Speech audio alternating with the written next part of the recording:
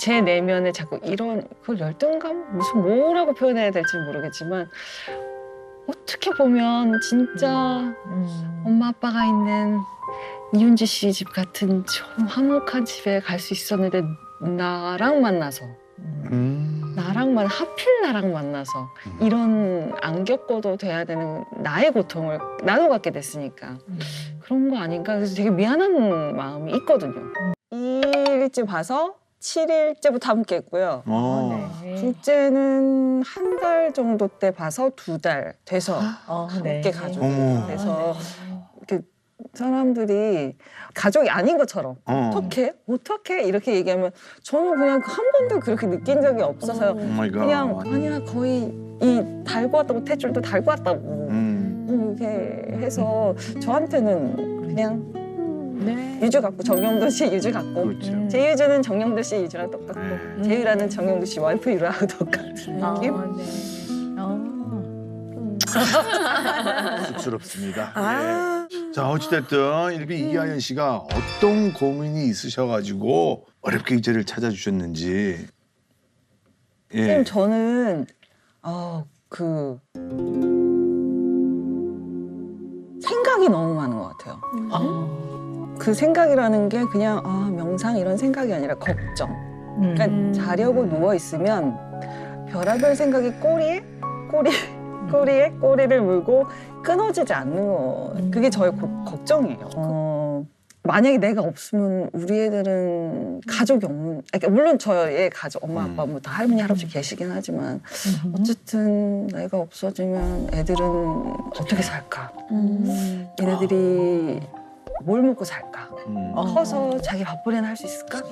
그러려면 지금 빨리 뭐를 배워야 되는데 그럼 배우려면 그게 얼마가 들고 그거 선생님은 그렇죠. 그걸 잘 가르치는 선생님은 누구라던데 내 친구 누구 딸이 그걸 배우니까 그럼 그 엄마한테 내일 전화를 해야 되나? 그럼 그 엄마 전화하는데 만약에 그 엄마가 이렇게 해서 안 가르쳐 주면 안 돼. 플랜 B가 있어야 되잖아. 플랜 B를 뭘로 세워야 되나? 지금 이런 식으로. 이게 지금 하루 안에 되게 누워있는 상태에서 지금 일어나는 생각들인 거죠? 어쩔 때는 그런 쪽으로 가고 어쩔 때는 다른 쪽으로 가고 어쨌든 계속. 우리 이제 아연 씨의 생활을 그냥 보면 굉장히 부지런하시잖아요.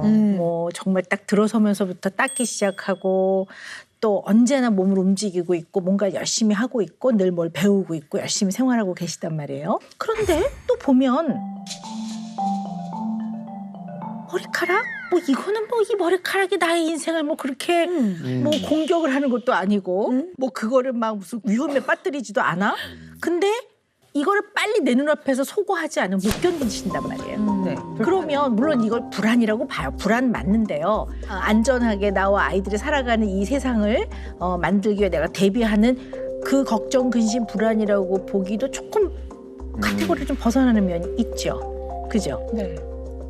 그래서 저는 굉장히 조급하신 것 같아요. 성격이. 네, 조급하셔서 못 견뎌. 깔끔함도 있지만 더하기 상당히 조급함이 있는 거죠. 참을성이 많아 애를 잘 키우는데. 네. 뭐 아이 키우다 보면 굉장히 많은 일들을 겪고 뭐 처리해야 될 일들이 되게 많잖아요. 네. 근데 아이랑도 좀 이런 걱정들 때문에 조금 부딪히고 그러세요? 그래서 아마 더 부딪히는 게 있는 것 같아요. 저는 좀 빨리빨리 하는 성격. 우리 둘째는 제가 나무늘보라고 불러요. 저랑 너무 성향이 달라서 어설프게라도 대충 빨리빨리 해냈으면 오히려 저랑 안 부딪혔을 수도 있었는데 우리 둘째는 너무 느려가지고 뭐 양치하러 가서 학교 스쿨버스 놓친 적이 허다하고요. 아침에 일어나도 7시, 6시 50분에 제가 깨워서 일어나도 그냥 양치하러 가서 그냥 앉아 있어요. 저만 동동동동동 하는 거예요. 그냥 빨리빨리 안 움직이면 이제 일어나서 화장실 들어가서 화장실에 변기에 이렇게 앉아 있다가 또 그다음 이제 씻고 막 이러잖아요. 이 과정에서 엄마인 아연 씨는 어떻게 하세요? 계속 빨리 하라고 하죠. 그러니까 저는 소리를 잘 듣거든요. 그러니까 이거 화장실 물 내리는 소리, 이 치카할 때 이 물 트는 소리, 치크치크치크 이 소리, 그다음에 뭐 머리를 감으려는데 제가 분명히 감지 말라 그러는데 감는다 그러면 샤워기 소리 그런 소리를 가만히 듣고 있어요. 지금 치카하네. 그러면서 이제 핸드폰으로 시간 봐요. 아직도 해도 돼. 그렇게 물 내렸네. 아직도 해도 돼. 이렇게 계속 체크해요. 그러니까 그 아이가 나가기 전까지는요. 빨리 해. 지금 나가야 돼. 지금 타야 돼. 지금 엘리베이터 뭐 계속 보채는 것 같아요. 근데 6학년이면 다른 건 몰라도 아침에 매일 가는 학교에 지각하지 않도록 또 셔틀버스를 가능하면 놓치지 않도록 시간을 좀 계획적으로 사용하는 것은 좀 배울 법한 나이이긴 하거든요. 네. 근데 좀 잘 안 되고 있는 것 같거든요. 아이가 이제 어쩌다 한 번 늦는 거야. 그럴 수 있죠, 사람이. 근데 이제 매일 늦는다면 우리가 아이를 대할 때 가장 중요한 목표가, 그러니까 부모로서의 교육적 목표가 이 아이가 시간을 잘 조정하는 것을 그 능력을 배우는 것이냐, 아니면 오늘 지각하는 걸 안 하게 하는 것이냐에 따라서 굉장히 아이 다루는 게, 대하는 게 달라지거든요. 어떤 얘기인지 아시겠죠? 네. 그러면 후자인 오늘 지각하면 안 돼, 얘는. 왜냐하면 지각을 하면 아무튼 학교에서 좀 찍히고 선생님 눈에도 나고 또 뭐 애들이 뭐라 할 것 같고 이거 안 돼, 지각 안 돼.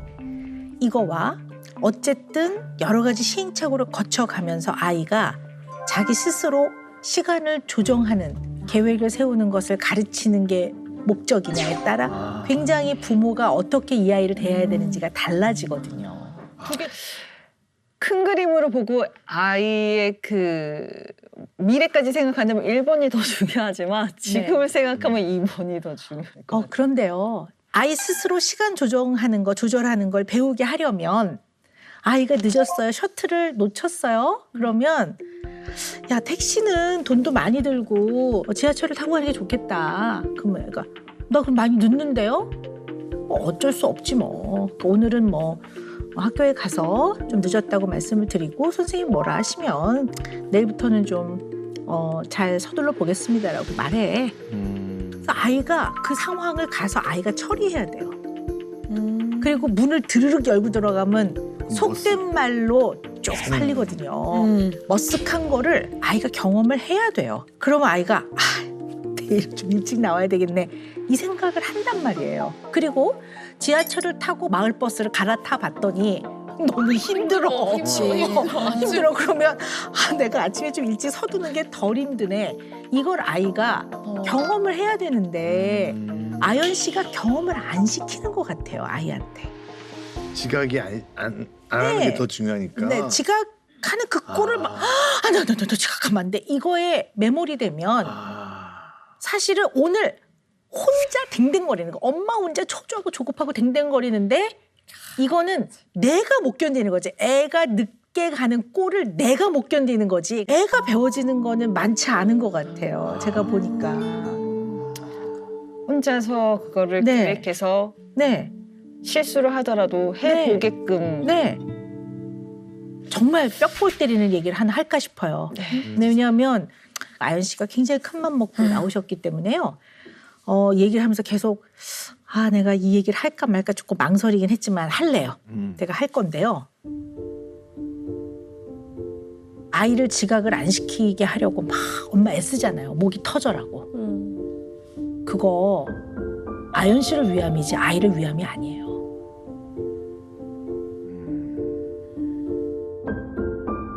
진정 아이를 위하는 거는 아이의 내면이 크도록 도와주는 거예요.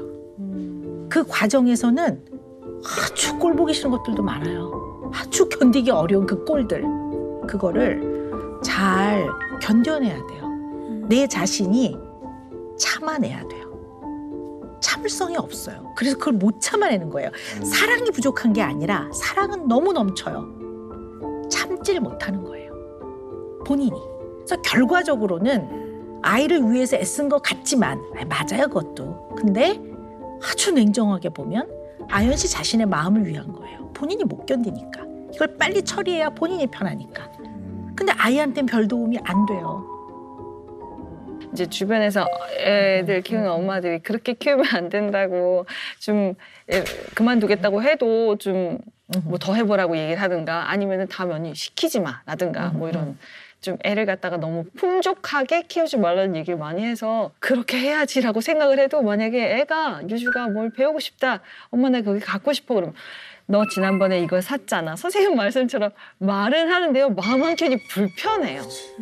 계속 그 생각 마음 한편이 너무 불편해서 제가 계속 찝찝함이 남아있는 거여서 그냥 들어줘요. 네. 들어주게 돼요. 네. 약간 그렇게 좀 끌려다니는 느낌?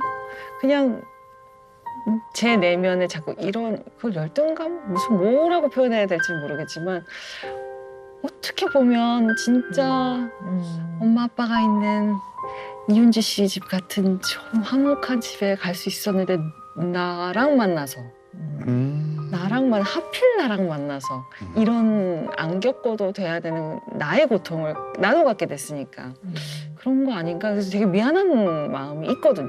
저희 누나 아이들을 제가 네. 어느 날 제 아이로 입양을 했어요. 누나가 이제 이혼을 하면서 보호자 노릇을 하고 싶어서 제가 이제 우리 석천 씨를 좀 이해해 나가기 위해서 드리는 되게 조심스러운 질문이에요. 네. 근데 그 조카들을 입양하게 된 그 결정을 하게 된 과정에는 표면적인 이유 말고도 다른 이유도 있을 것 같아요. 저는 이제 경제적인 도움을 주기 위해서였다면 입양을 안 하고도 할 수 있지 않았을까 하는 생각도 한편 들거든요. 이제 저는 결혼에 대한 생각이 없고 네. 제가 결혼한다고 해서 우리나라에서 인정도 안 해줄 거고 아이들은 너무 좋고 근데 아이들한테는 보호자가 필요하고 근데 가장 중요한 건 우리 누나가 새롭게 출발할 수도 있잖아요. 좋은 사람을 만나서. 근데 만약에 우리 아이들이 예를 들어서 짐처럼 느껴진다든가 뭐 혹처럼 느껴진다든가 그거를 제가 못 보겠는 거예요. 그래서 제가 누나한테 그랬어요. 누나 혹시라도 살면서 좋은 사람이 있으면 누나 그냥 시집 다시 가. 애들은 내가 다 해줄게. 그 생각이었어요. 그러니까 우리 그냥 내 인생은 이 모양 이 꼴이 됐는데 그럼 나는 우리 가족을 위해서 내가 할 수 있는 게 뭐가 있을까? 우리 뭐 부모님이나 우리 누나들을 위해서 내가 뭐 할 수 있을까? 이런 약간 그런 생각이 좀 많았던 것 같아요. 아, 그러셨군요. 그건 좀 그런데 석천 씨가 하는 누구를 돕는 그런 과정이 네. 약간 구원하는 환상이 좀 있는 것 같아요. 누구를 이렇게 구원해주는 영어 단어로 말하자면 rescue 이렇게 구원해주는 것 같은 의미. 이게 돕는 걸 넘어서 help를 넘어서서 구원. 약간 저는 그 이해해요. 어떤 의미의 말씀이신지. 네네네. 왜냐면 제가 이제 이태원의 가게를 막 7, 8개를 낼 때도 세계 어디에도 어느 도시에 가도 어떤 특색 있는 거리가 있는데 그 당시에 서울엔 무슨 이렇게 멋있는 거리가 없지? 내가 만들어 봐야지. 약간 이런 게 있어요. 그래서 제 돈 다 들여가지고 막 남의 건물 다 고쳐주고 네네. 네, 거리 이쁘게 해주고 막 맞아요. 약간 그런 것도 네. 있고 네. 예. 이게 나쁘다는 뜻은 전혀 아니고요. 약간 그게 그것이 있어요. 가지고 있는 네. 아주 상징성을 좀 이해해야 될 것 같아요. 심리적 의미를 이해해야 그 될 것 뭐예요 같은데요. 그게? 본인의 갈등을 해결하는 방법을 남을 돕고 좀 더 의미 있는 일을 하는 쪽으로 가는 것을 방어 기제 중에 승화라고 하거든요. 근데 약간 이제 그런 의미에서의 누구를 돕다 못해 구원하고 구출하는 그런 의미가 좀 있는 것 같아요. 그래서 그 조카들도 사실 보호자가 필요했다고 하는데 이미 보호자는 엄마가 있잖아요. 그러면 이 세상에 이혼하신 모든 분들은 자녀들이 다 보호자가 없어지는 건 아니거든요. 그렇죠, 그렇죠. 네, 상당히 본인이 누군가의 인생에서 어려움에 처한 사람들을 구원과 구출과 이들의 어떻게 보면 회복과 이런 거에 굉장히 관여하고 싶어하는 이게 있어요. 그런 부분이 굉장히 많은 것 같다.